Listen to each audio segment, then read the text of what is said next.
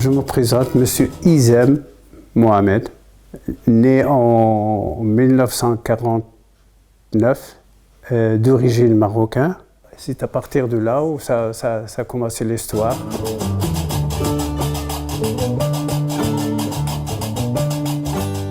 À Tétouan, la ville de Tétouan. Il est juste à 40 km de la frontière espagnole.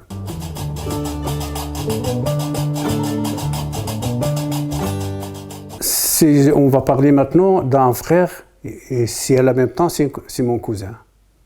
On est des jeunes, on se promet l'un à l'autre. Si moi j'ai ça, je te donne ça à toi. Si toi tu as ça, lui il dit, si moi j'ai ça et ça et ça, moi je te donne la moitié de ce que j'ai.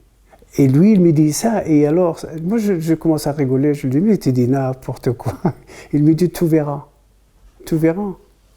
Moi, le jour où toi tu vas en Belgique, tu vas aller avec moi, avec tes papiers, avec tout. Et je te jure, le jour où il est revenu de Belgique, avec le permis de travail, qui à ce moment-là c'était interdit, le permis de travail, de sortir du pays. Et moi j'avais mon permis de travail, je traversais la frontière des Espagnols avec un permis de travail, aucun problème. Je sais que moi je vais faire autant que lui pour les autres. Moi, je suis venu ici en Belgique, je descends de l'avion et c'est la première fois que je prends un avion, c'est quelque chose de merveilleux, c'est incroyable parce qu'on voit, quand on est jeune, on voit les avions qui partent au-dessus de nos têtes, mais on ne comprend pas. Et bon, on sait que c'est un avion, mais ni plus ni moins. Je suis arrivé ici à minuit et après le lendemain, parce que ma place à la boulangerie à Tubize, elle était déjà prête. Il a commencé par la boulangerie. Je travaille la nuit. Les choses à Tubize, j'avais le logis nourri par mon patron.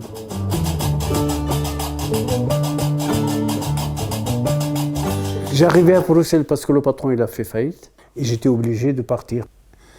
Mais voilà, c'est comme ça.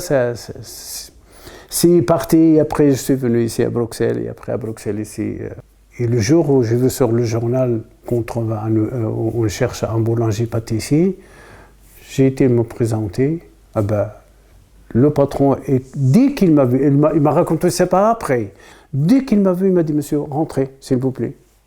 Et je dis, oui, mais rentrez, moi je cherche du travail, monsieur. Mais oui, mais vous êtes déjà engagé, rentre.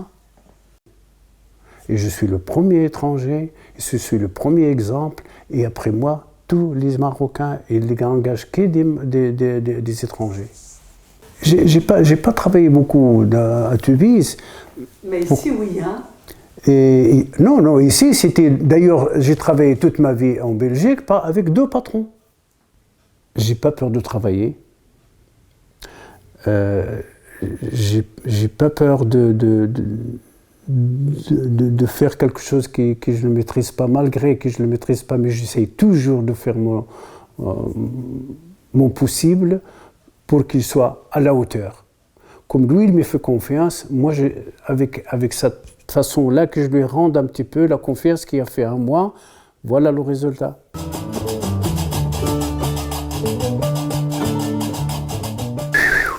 Salima, Mounia, Monsef, Samir.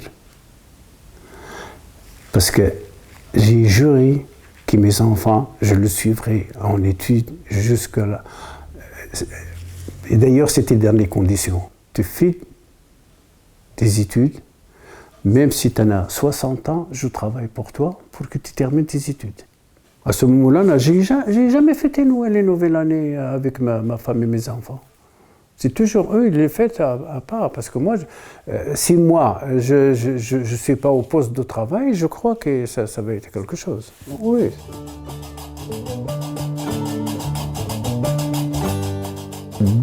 Mon dernier contrôle de la gendarmerie, c'était passé ici. La rue qui, après ça, rue Liap. Là, un jour, il pleut. C'est comme tu vois, maintenant, parfois, il pleut comme ça. Et les gendarmes m'arrêtent pour le contrôle de carnet d'identité. Et je te jure, ils ont pris mes papiers, ils ont fermé les fenêtres, et j'avais pas une seule place pour me cacher derrière, un peu me protéger. J'ai resté comme ça, debout. Et quand j'ai vu c'est comme ça, j'ai un petit peu approché près de la gendarmerie. J'ai dit, j'attends, et plus. Et après, j'ai toqué. Je dis, monsieur, moi j'ai travaillé la nuit, je dois rentrer chez moi pour dormir. Je lui dis, c'est quoi ça? Oh monsieur, parce que, oh attention. Et eux, ils avaient quelqu'un qui s'appelle aussi Izem Mohamed. Et alors elle me dit, écoute, on attend un coup de téléphone, c'est toi et ta chance. Je dis, mais pourquoi toi et ta chance? Qu'est-ce que j'ai fait? Je travaille toute la nuit, que je crève comme un chien, et après tu me dis... Il me dit, monsieur, on vous dit, on cherche après quelqu'un qui vous ressemblait à ce monsieur-là, et le nom était exactement la même chose. Mais je lui dis, il faut me le dire au moins. Ou bien ouvre-moi la porte, je vais rentrer à l'intérieur parce que je me suis dit, regarde comment... Alors j'ai commencé à serrer mes vêtements. Ah, mais ils ont ressonné de nouveau, je ne sais pas, peut-être d'Anvers, je ne sais pas. On me dit, il parle néerlandais. La seule différence entre vous, c'est que lui, il parle néerlandais, toi, tu ne parles pas néerlandais. C'est la seule chose qui peut te sauver. Je lui dis, écoute, moi, je sais de ce que je parle. Moi, j'ai rien fait du tout. Et je peux aller avec vous là où vous voulez. Je lui dis, j'ai pas peur. J'ai mes papiers, j'ai tout. Je travaille depuis des années chez Libert et tout. Ah, il faut travailler chez Libert. Je lui dis, oui, je travaille chez Libert. On m'a donné mes papiers, on m'a dit au revoir et merci. Et depuis ce jour-là, j'ai jamais vu un gendarme qui est arrivé devant moi pour me contrôler, pour la colcher.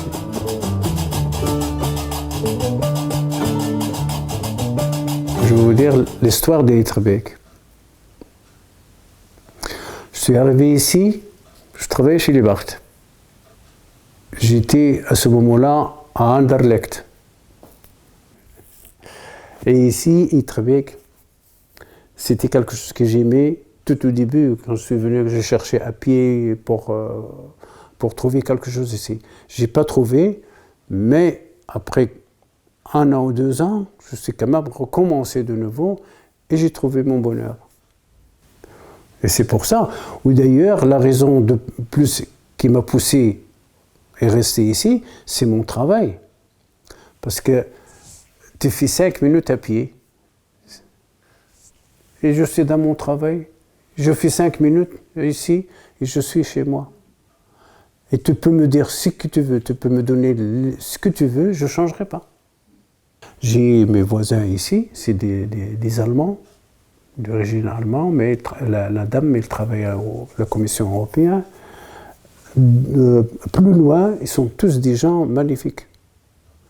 Ici, ils ont vendu la maison, maintenant il y en a qui des locataires là-dedans.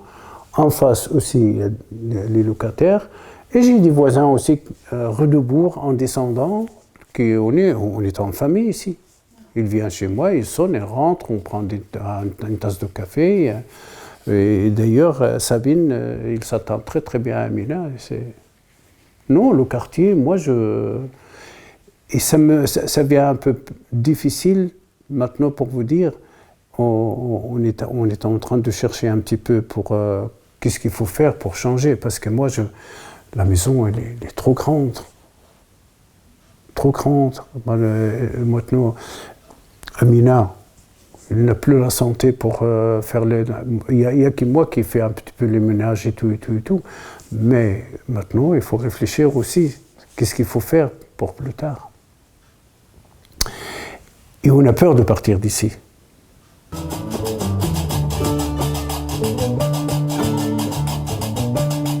Derrière un travail, il y a toujours un résultat. Et après le travail, alors vous allez sentir autre chose. Vous allez être fier de toi-même.